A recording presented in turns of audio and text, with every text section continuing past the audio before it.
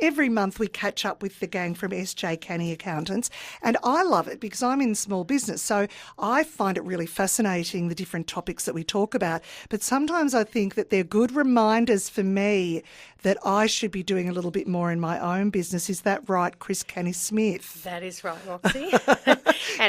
Well, go on. It's only 10 weeks till the end of the financial year, which is a bit scary. Oh, my gosh. Oh, my gosh. Now, you guys, apart from you're a director of SJ Canny, but you guys really specialise in small business. And I was actually just as an aside, in a meeting the other day, and they said, oh, yes, we should contact SJ Canny because they're the small business specialists. Did you know? That's wonderful. That's how people talk about you guys. Well, thank you very much. I'm really pleased. Isn't that good? And you are, because you're going to tell us what we should be doing to plan for the end of the financial year. I am, yes. I've just got 5 tips today. All right. So the first one is specific to people who have trusts. So if you run your business through a trust, you'd know that you can distribute your income all around the family, typically to your partner and kids.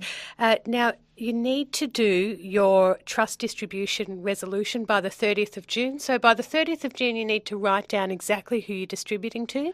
Okay. The risk of not doing that is if the tax office finds you haven't got it in place by the 30th of June, you could be subject to the maximum tax rate, which is a bit of a disaster. Yes. Now, the second tip is for people who run a company.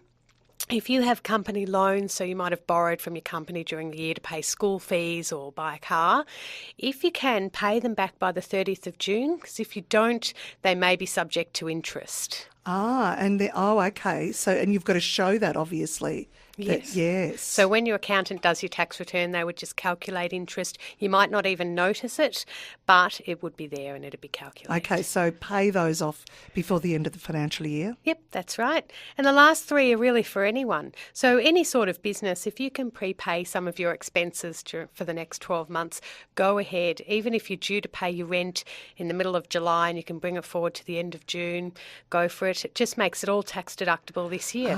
That's good. That's a really good idea. That's really good advice. And second of those ones is to pay your superannuation by the 30th of June if you can. I know we all like to pay them at the last minute and save a bit of money, but if you can put them through, go ahead.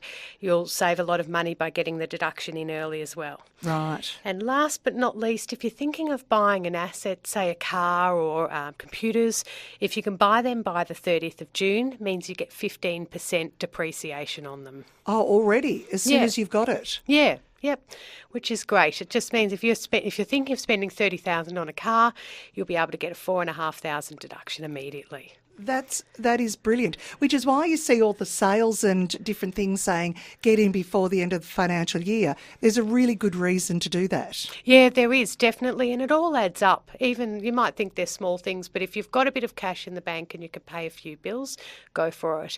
And if you run a business, now's the time to have a look at how much money you're making and work out if there are better ways that you could spend it so you're paying less tax.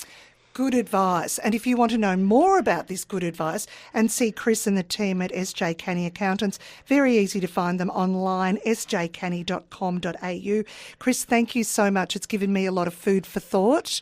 Now I'm hungry. No. We'll catch you next month. Thanks, Roxie.